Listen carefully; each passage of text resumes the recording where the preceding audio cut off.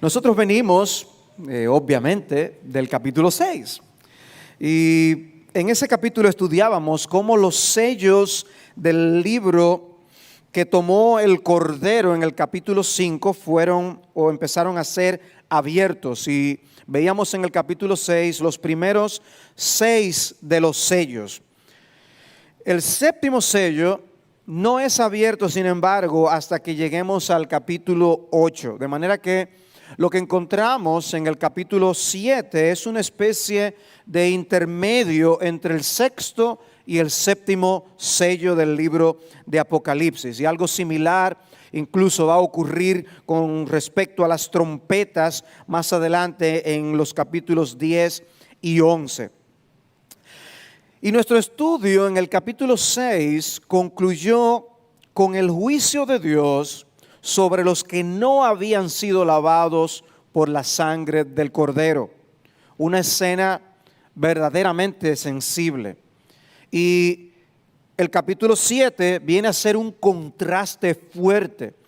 Y me gustaría leer el final del capítulo 6 al comenzar nuestro estudio. En Apocalipsis 6:12 dice: vi cuando el Cordero abrió el sexto sello y hubo un gran terremoto. Y el sol se puso negro como cilicio hecho de cerda, y la luna toda se volvió como sangre, y las estrellas del cielo cayeron a la tierra, como la higuera deja caer sus higos verdes al ser sacudida por un fuerte viento. Y el cielo desapareció como un pergamino que se enrolla, y todo monte e isla fueron removidos de su lugar. Y los reyes de la tierra, y los grandes, los comandantes, los ricos, los poderosos, y todo siervo, y todo libre, se escondieron en las cuevas y entre las peñas de los montes, y decían a los montes y a las peñas: caed sobre nosotros, y escondednos de la presencia del que está sentado en el trono y de la ira del Cordero, porque ha llegado el gran día de la ira de ellos, y ¿quién podrá sostenerse? De manera que este es el destino de los enemigos de nuestro Señor Jesucristo. Pero ahora en el capítulo 7 nosotros vemos al pueblo de Dios con un destino completamente diferente. Nosotros queremos ver dos cosas esta noche. En los versículos del 1 al 8, nosotros queremos ver los redimidos y el sello de la salvación. Y luego de los versículos 9 al 17, los redimidos y su destino de salvación. Así que veamos en primer lugar los primeros 8 versículos, los redimidos y el sello de salvación. Nosotros leímos este capítulo ya en la lectura de la palabra esta noche, y se nos inicia con 4 ángeles que se encuentran de pie en los 4 extremos de la tierra, posiblemente algo que entra en contraste con lo que vimos en el capítulo 6 acerca de estos juicios que Dios ha enviado sobre la tierra. Recuerdan los 4 jinetes del capítulo 6, pero aquí tenemos 4 ángeles que quizás entran en contraste con estos. Allí habían caballos que traían destrucción, y aquí hay ángeles que en un sentido traen protección al pueblo de Dios, evitan que haya daño sino hasta que el pueblo de Dios venga a ser preservado. Y se menciona en ese contexto el sello del Dios vivo en el capítulo 2. Pero ese lenguaje de estos vientos que aparecen a los ángeles deteniéndolos al principio de esta sección, es una detención de juicio. Ese lenguaje de los vientos se usa en el Antiguo Testamento para hablar de juicio enviado por Dios. Y es por eso que se deduce que aquí estos ángeles están deteniendo el que estos juicios hagan daño al pueblo de Dios. Por eso dice aún: no hagáis daño ni a la tierra, ni al mar, ni a los árboles, hasta que hayamos puesto un sello en la frente a los siervos de nuestro Dios. Había un ángel, dice, que tenía el sello del Dios vivo, versículo 2. A diferencia de los sellos que vimos en el capítulo anterior, este es un sello de identificación y de propiedad. El libro con los el libro o el rollo que tenía los sellos que se fueron desatados en el capítulo 6, esos sellos son diferentes en ese sentido al propósito que tiene este sello que tiene este ángel y con el que se marca al pueblo de Dios. Aquel era para asegurar que nadie pueda violar el contenido de este libro, para que solamente la persona con autoridad pudiera abrir ese contenido que vimos que es nuestro Señor Jesucristo. Pero este sello es un sello que marca propiedad y es un sello que garantiza protección a aquel que tenga este sello. Es una distinción que se le da a los hijos de Dios, de manera que el juicio es en un sentido detenido temporalmente, pero no permanentemente. Es hasta que hayamos puesto un sello en la frente a los siervos de nuestro Dios. El juicio final no sucederá sino hasta que se haya completado el número de los escogidos de Dios, el número del pueblo de Dios. Y esto es similar a lo que nosotros encontramos en el segundo libro de Pedro, segunda epístola, en el capítulo 3, versículo 9. El Señor no tarda en cumplir su promesa, según algunos entienden la tardanza, sino que es paciente para con vosotros, no queriendo que nadie perezca, sino que todos vengan al arrepentimiento. En otras palabras, Cristo no ha vuelto porque hay algunos que tienen que entrar a su redil. Si Cristo hubiera venido en el siglo XVII, nosotros no nos hubiéramos salvado. Pero gracias a Dios que Él ha abierto esta brecha de oportunidad para que personas como nosotros alcancen su bendita gracia. Él detiene el juicio final hasta que el último de los suyos sea salvo. O sea, hasta que el último de los que han sido marcados con el sello de Dios sea salvo. Y una de las cosas que se desprenden de esta realidad, hermanos, es que hay una encomienda evangelística para la iglesia, el pueblo de Dios. Si hay alguien consciente del valor, de la oportunidad de misericordia que Dios ha dado a los pecadores, debe ser el pueblo que ya ha sido salvado por su gracia. Y con esa conciencia nosotros usar las oportunidades que tenemos por delante para alcanzar con el evangelio a los perdidos que están a nuestro alrededor. Y una de las cosas que tenemos que hacer obviamente es orar por los perdidos. Si sabemos que Cristo no ha vuelto precisamente hasta que se complete el último de ellos, y vemos en el Nuevo Testamento órdenes de que debemos orar para que los hombres sean salvos, entonces debemos aprovechar este tiempo de oportunidad, hermanos, para evangelizar y orar por los perdidos. Este texto nos hace conscientes, no solo del alivio de que ya somos salvos, sino conscientes del peligro de los que no lo son. El sello es evidentemente un sello de salvación, protección y seguridad. Y es como si dijese, después de puesto el sello, el juicio puede ser desatado. Como si estuviera diciendo eso. Y este sello se vuelve a mencionar más adelante en el capítulo 9, cuando se toca la quinta trompeta y salen las langostas a destruir, pero reciben una orden estas langostas. Dice en Apocalipsis 9:4, se les dijo que no dañaran la hierba de la tierra, ni ninguna cosa verde, ni ningún árbol, sino solo a los hombres que no tienen el sello de Dios en la frente. O sea que es un sello de protección. Por eso les decía que esta sección está hablando de la salvación de los que han sido sellados por Dios. Nosotros tenemos la marca de Dios que nos protege. Y como ya hemos visto a lo largo del libro de Apocalipsis, muchas de sus figuras son tomadas de la literatura profética del Antiguo Testamento. Y esta figura del sello no es una excepción. En Ezequiel 9 se mencionan verdugos destructores que serían enviados a juzgar. Y dice Ezequiel 9:4, y el Señor le dijo, pasa por en medio de la ciudad, por medio de Jerusalén, y pon una señal en la frente de los hombres que gimen y se lamentan por todas las abominaciones que se cometen en medio de ella. Pero a los otros dijo, y yo lo oí, pasad por la ciudad en pos de él y herid. No tenga piedad vuestro ojo, no perdonéis. El juicio emitido por Dios, pero la protección a aquellos que tienen el sello de Dios. ¿Quiénes son estos sellados? El sello no es puesto para marcar a los que ya fueron librados, sino a los que serán librados. Porque el juicio se detiene hasta que todos tengan el sello. Una vez colocado el sello sobre la frente, significa que ya están destinados para ser protegidos y salvados.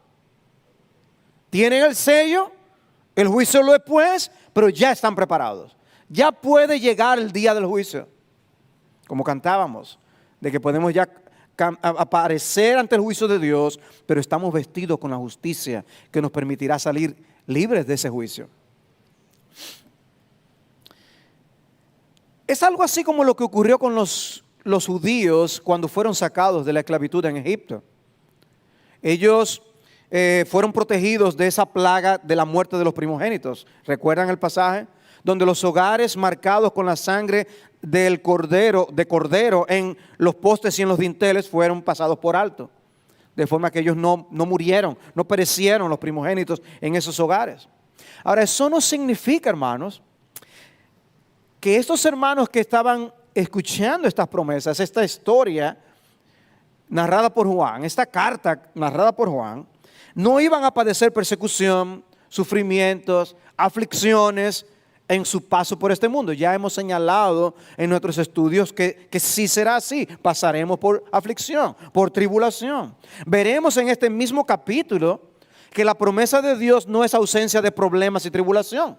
La promesa de Dios es salvación final. Y llegamos a los 144,000. Yo sé que algunos estaban esperando llegar ahí. Y al listado de 12,000 por cada tribu. Hay algo en la lista, en el pasaje que leímos, que se le puede pasar al lector superficial. Y es el hecho de que no se menciona la tribu de Dan, por ejemplo.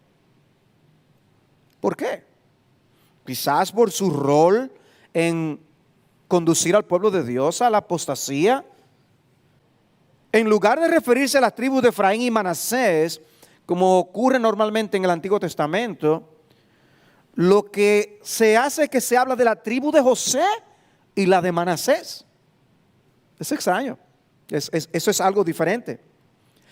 Coincidencialmente, nosotros sabemos que los becerros de oro de Jeroboam fueron levantados precisamente donde estaban las tribus de Dan y de Efraín, que son los que no se mencionan. Un dato curioso. Cuando uno compara la lista de los hijos de Israel en Génesis capítulo 35 con la lista de las tribus en Apocalipsis, podemos observar algunas cosas. Entre ellas el hecho de que Judá es movido a la primera posición. Judá no es el primogénito, pero Judá es colocado en la primera posición, posiblemente para destacar el hecho de que de esa tribu fue que vino el Mesías. Pero también nosotros podemos observar el hecho de que son los hijos de las concubinas de Jacob las que son colocadas en las posiciones superiores de esta lista. No los hijos de las amadas por Jacob o de las mujeres, esposas de Jacob.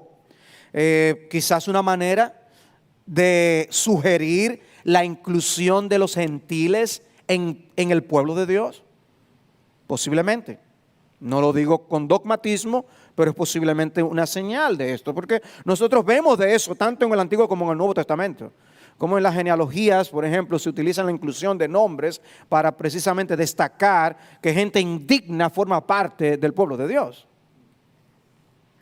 ¿Y qué en cuanto a los 144,000 sellados? Bueno, es un número simbólico. No solamente Apocalipsis es en sí mismo un libro lleno de contenido simbólico, sino que los números son usados de manera particular en la literatura profética como algo simbólico.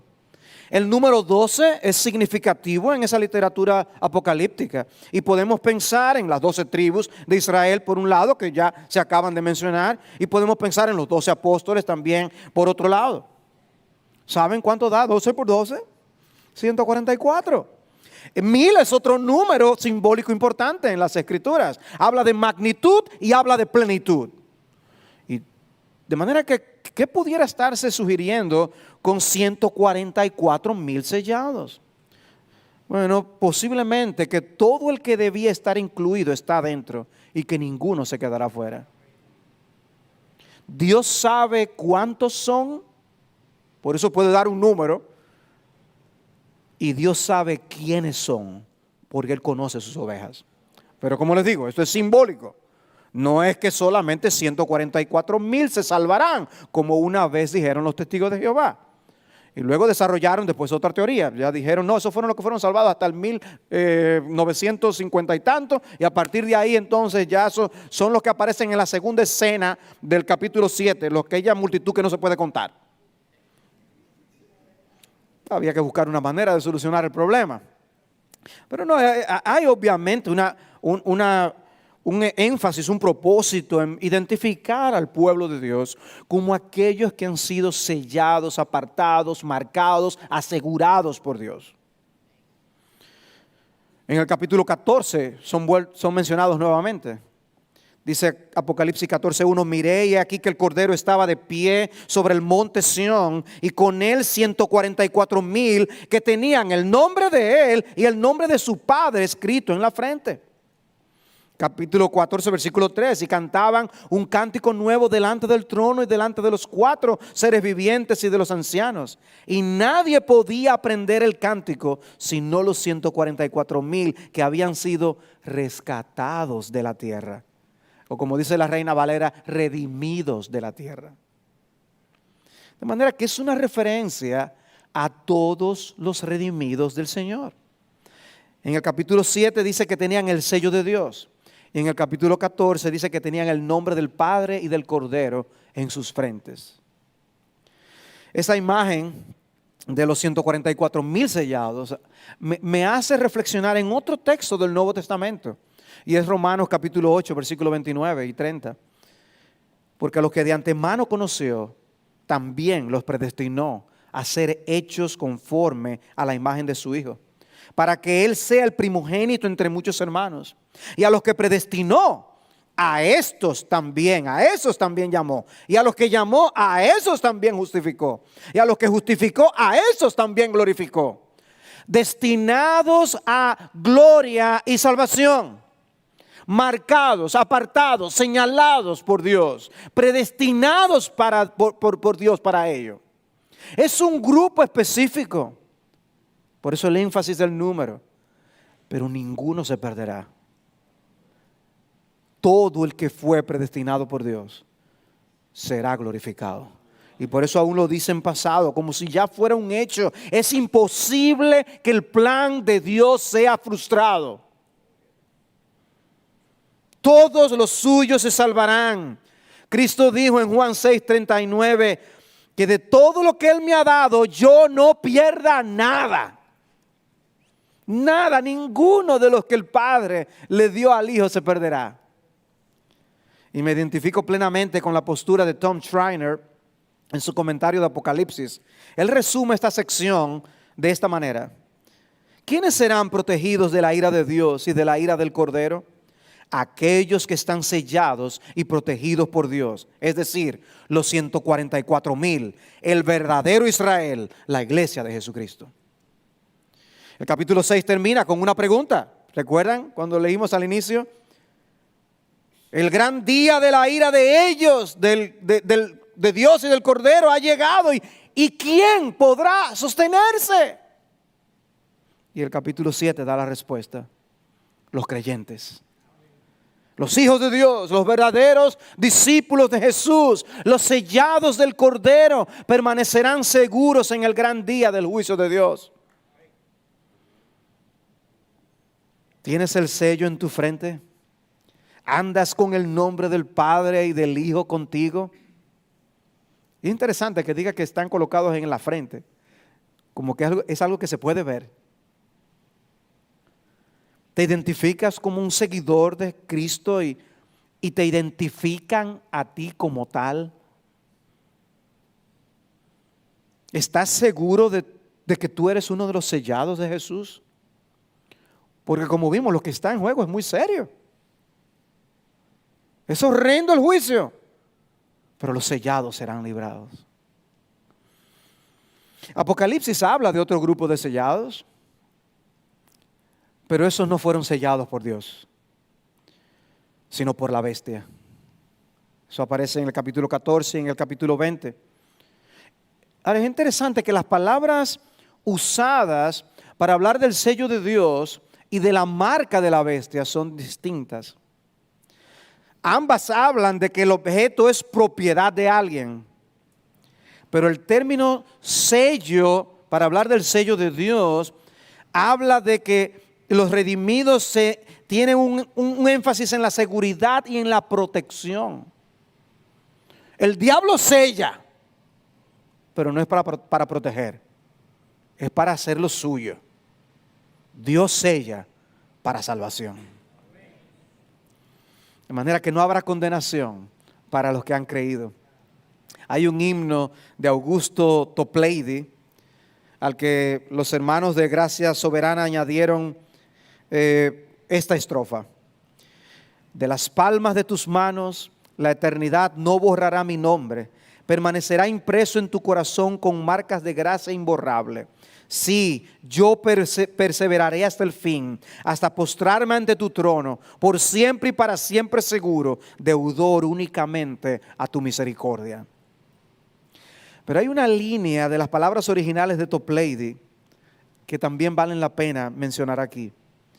Y es una línea en la que él dice que en el cielo nosotros seremos más felices, pero no más seguros. En el cielo nosotros seremos más felices de lo que somos ahora. Pero amados hermanos, ahora mismo nosotros no estaremos más seguros en el cielo que lo que ahora somos. Nada en lo absoluto nos podrá separar del amor de Cristo. Nada ni nadie nos puede arrebatar de la mano de Cristo. Somos suyos y somos suyos para siempre. Y como hemos dicho en otras ocasiones, en el cielo no estaremos más justificados de lo que ahora estamos. Porque su justicia, la justicia de Jesús, es perfecta y está en nuestra cuenta.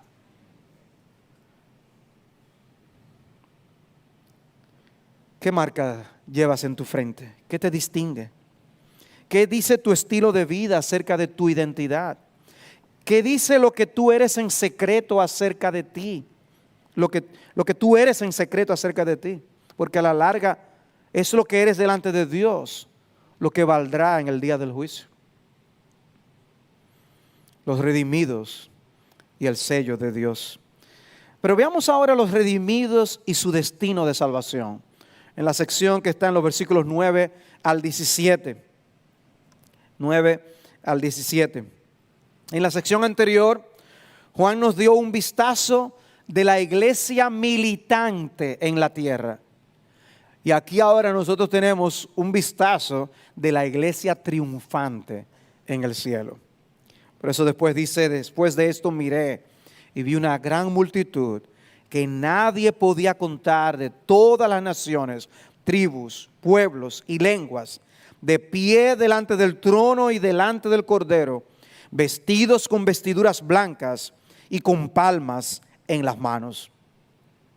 En esta sección nos topamos inmediatamente con esa mención de esa gran multitud que nadie podía contar. ¿Quiénes son? Y yo creo que se está refiriendo al mismo grupo de los 144,000 sellados.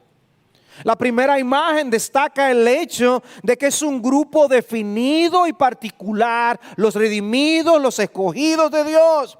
Y creyeron cuantos estaban ordenados para vida eterna, dice Hechos 13:48.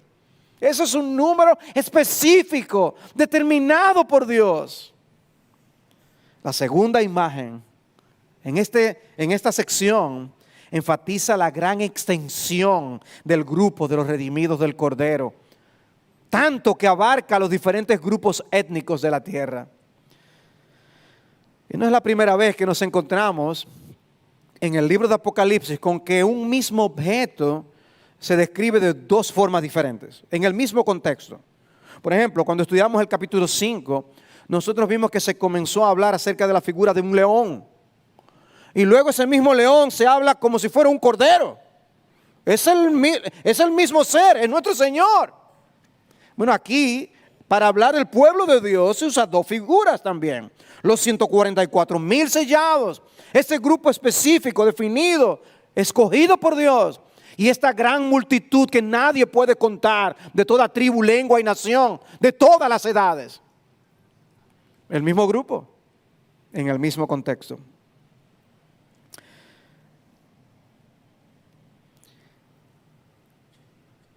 Por eso, algunos han descrito esta sección una visión doble acerca de los protegidos y triunfantes seguidores de Cristo.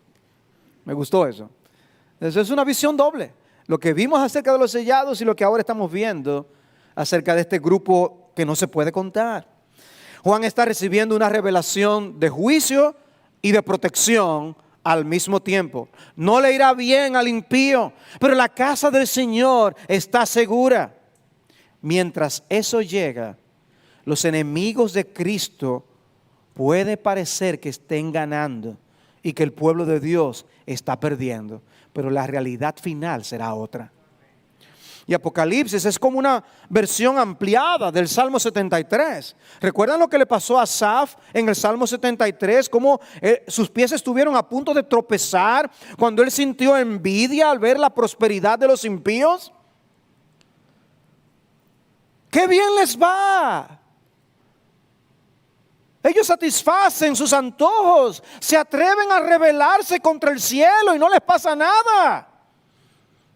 Y así era que Asaf estaba viendo las cosas, hasta como dice el versículo 17, hasta que entré en el santuario de Dios, entonces comprendí el fin de ellos. Parece que le va bien a los impíos, parece que es mejor uno poder hacer las cosas indebidamente y ganar mejor, más. Pareciera que ese es el mejor camino. Pareciera que es mejor yo poder dar rienda suelta a mi carne y satisfacer mis pasiones. Pareciera que eso es. Pareciera yo poder andar preocupado solamente de mí, despreocuparme de los demás como lo mejor y yo resolver solo mis problemas. Hasta que comprendí el fin de ellos. El que ríe último, ríe mejor. Este grupo de sellados y apartados para salvación es presentado como ya en la presencia del Señor. Por eso dice que ellos estaban de pie delante del trono y delante del Cordero. En Génesis, Dios prometió a Abraham una descendencia tan numerosa como la arena del mar y las estrellas del cielo. Y en el Nuevo Testamento se nos explica que la verdadera descendencia de Abraham es espiritual y no física. Dice Gálatas 3:7, los que son de fe, estos son hijos de Abraham. Bueno, aquí está esa descendencia. Esa gran multitud de gente que no se podía numerar, contar. Esa es la descendencia de Abraham. Y el hecho de que se mencionaran las tribus en la sección anterior no limita la identidad simplemente a los judíos. Todos los creyentes están representados. Y aquí se ve más claro, de todas las naciones, tribus, pueblos y lenguas. Eso, la visión que ha tenido nuestro hermano Jeremías hoy en la India le permite ver algo de esa dimensión y esa realidad. De que el pueblo de Dios no es lo que nosotros estamos acostumbrados a ver. Escuchaba esta tarde una canción que comienza con pueblos de África cantando. Yo no me sé el idioma, pero estaban adorando a Jesucristo. El mismo Cristo que tú y yo amamos. Y lo hacían de una manera en la que nosotros no estamos acostumbrados. Pero subía como olor fragante, tal como Dios recibe la adoración de su pueblo en Hispanoamérica.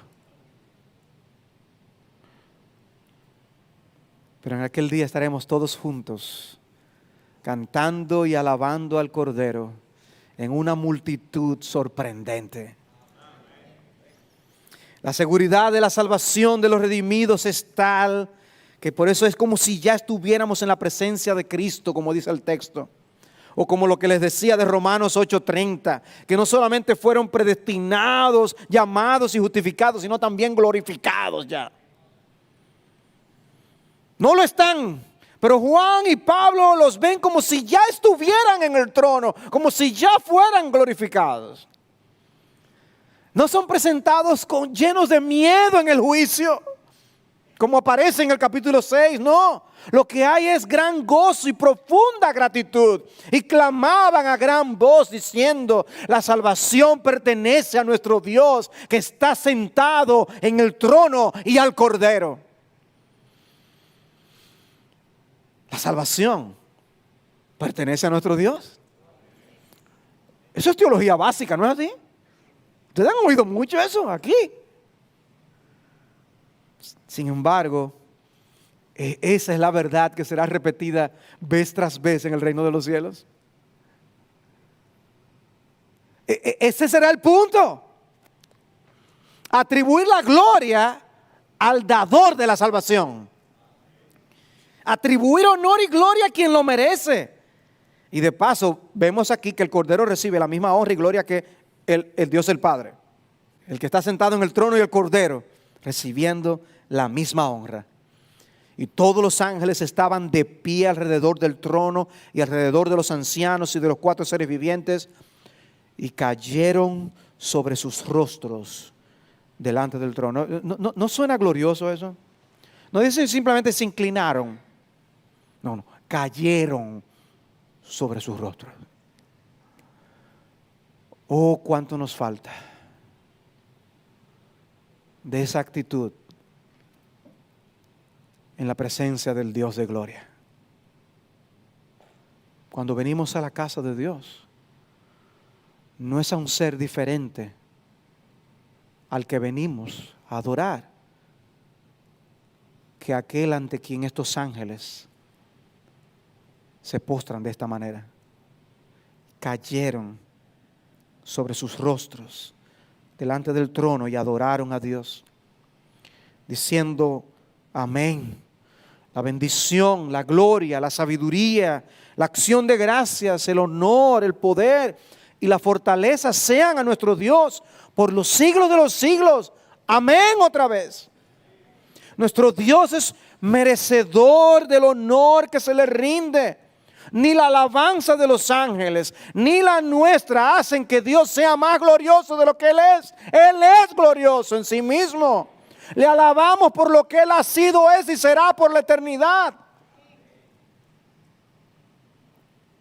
Y uno de los ancianos habló diciéndome: estos que están vestidos con vestiduras blancas, ¿quiénes son? ¿Y de dónde han venido? Y yo le respondí: Señor mío, tú lo sabes. Y él me dijo: estos son los que vienen de la gran tribulación y han lavado sus vestiduras y las han emblanquecido en la sangre del Cordero. Los que vienen de la gran tribulación. Hay una frase objeto de mucha controversia en el aspecto de la escatología. Simplemente voy a limitarme a leer un par de posturas al respecto. El comentarista Greg Beale, él dice: esta tribulación no está confinada a los días que preceden inmediatamente al retorno de Cristo, sino que comienza con el nacimiento de la iglesia y continúa a lo largo de la era de la iglesia. De manera que no se está hablando de un periodo de sufrimiento de 7 años. Se está haciendo referencia a todo el sufrimiento que la iglesia de Cristo ha tenido desde que Cristo vino por primera vez hasta su segunda venida. Y cito una vez más a Thomas Schreiner. Tom Schreiner fue entrevistado a raíz precisamente de la publicación de su libro sobre Apocalipsis. Y le hicieron la pregunta de esto de la gran tribulación. Y Schreiner respondió: entiendo por la gran tribulación los 3 años y medio, los 1260 días y los 42 meses, todos como describiendo el mismo periodo. Y entiendo esos números como simbólicos de todo el periodo desde la resurrección de Cristo hasta su segunda venida. Sostengo que estamos ahora en la gran tribulación desde la resurrección de Jesús. Desde luego, muchos intérpretes están en desacuerdo con ello, los respeto. Pero hay algo fascinante que debo decir. Si estoy en lo cierto, no se trata tan solo de un poco de información curiosa acerca de unos pocos años de historia que todavía no han sucedido, sino que Apocalipsis está hablando acerca de las vidas que llevamos hoy en realidad. O sea, le está diciendo, en otras palabras, Apocalipsis no es un libro que se refiere a los años justo antes de que Cristo vuelva nada más. Este libro habla a todo el pueblo de Cristo en todas las edades. Y al sufrimiento que han tenido para levantar el ánimo a seguir adelante en la espera del Cristo victorioso que vendrá para nosotros reinar junto a Él.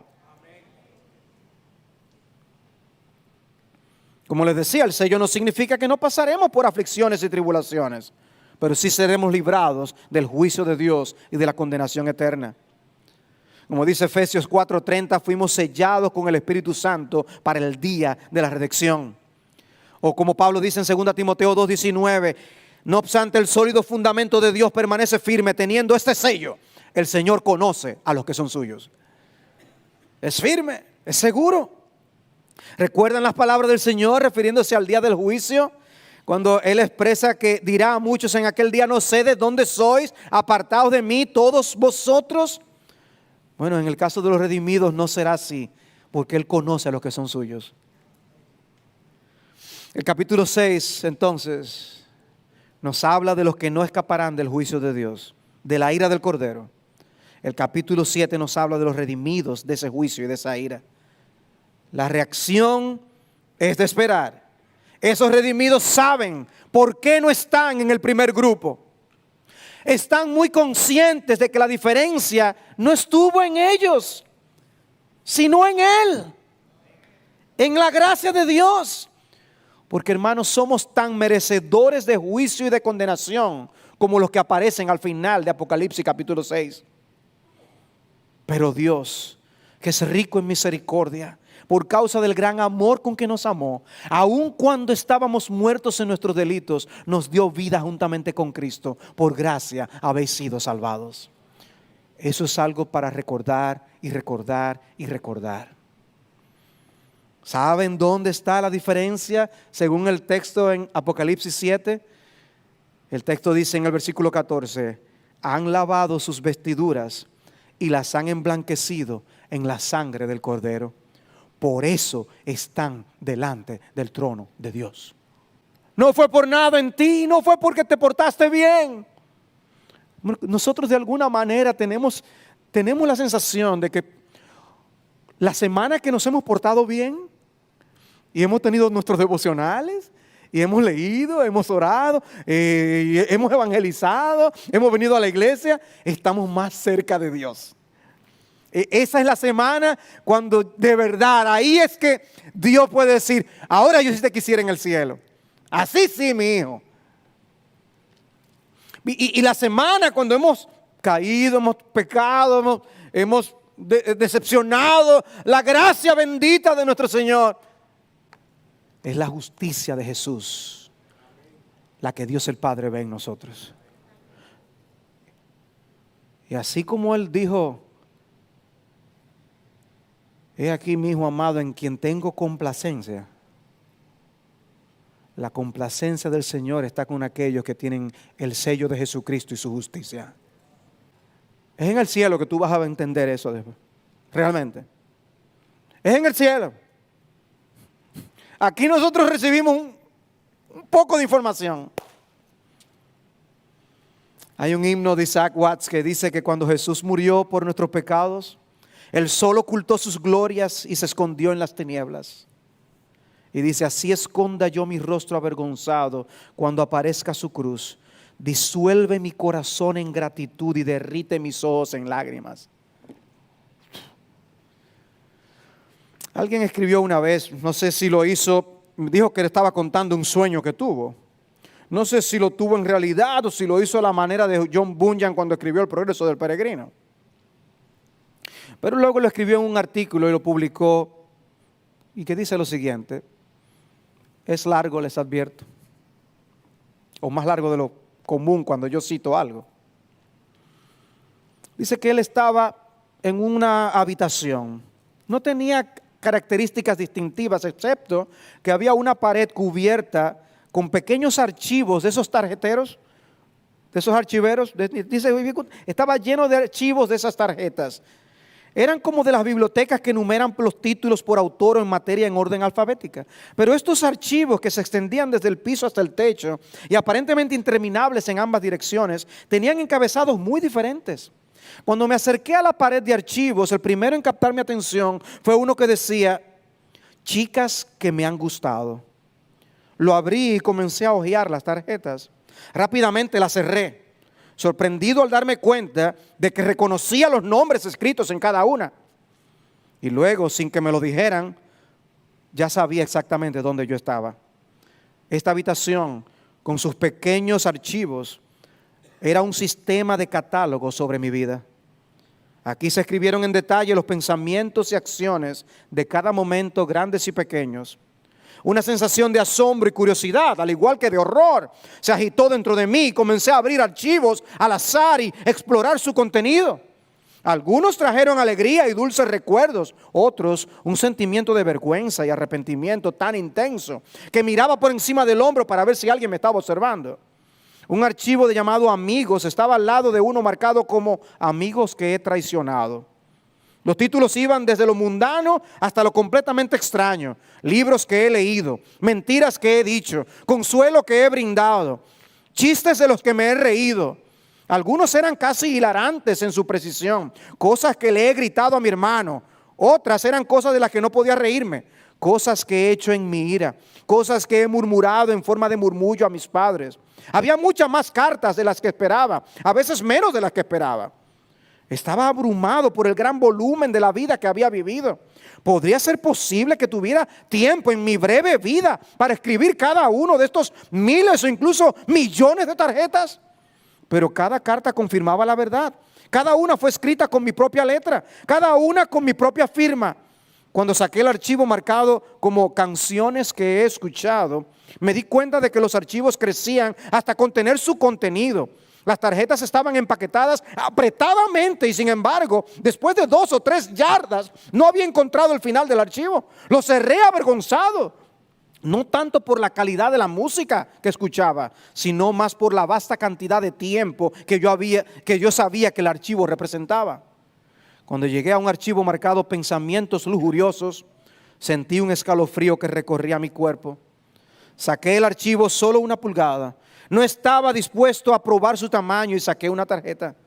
Me estremecí por su contenido, me sentí enfermo al pensar que tal momento había sido grabado. Una furia casi animal prorrumpió en mí, un pensamiento dominó mi mente. Nadie debe ver estas tarjetas, nadie debe ver esta habitación, tengo que destruirlos.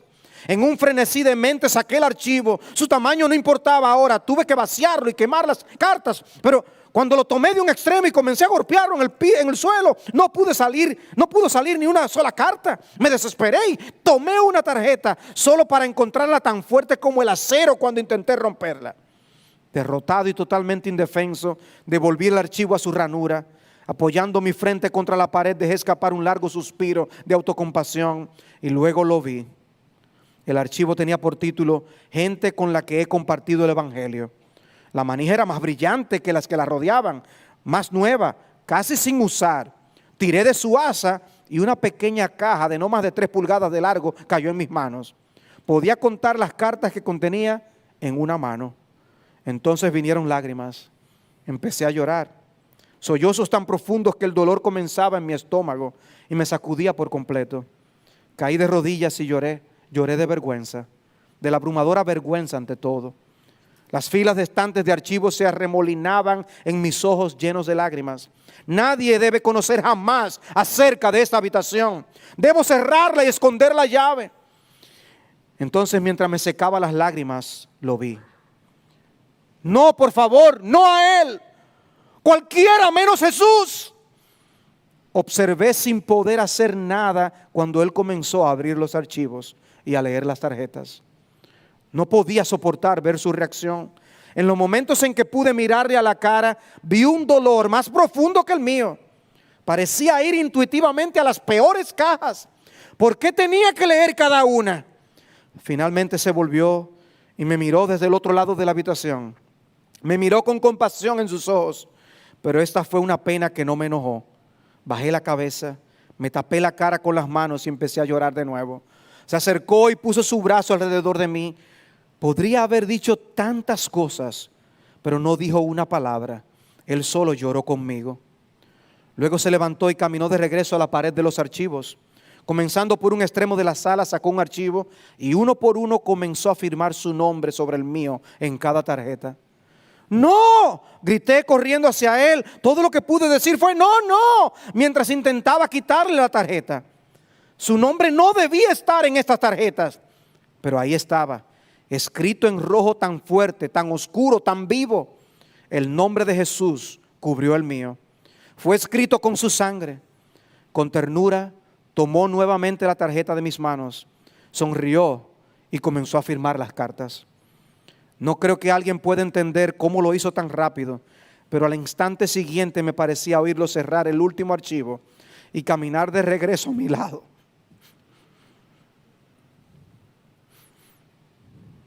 Colocó su mano sobre mi hombro y dijo: consumado es.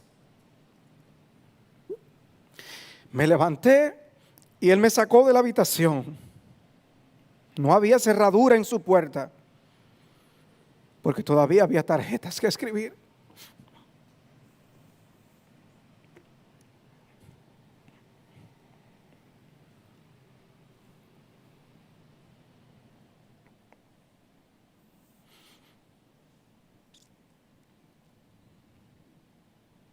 Cada uno de nosotros tiene una habitación así. Pero solo los que tienen a Cristo con su nombre en esas tarjetas será salvo.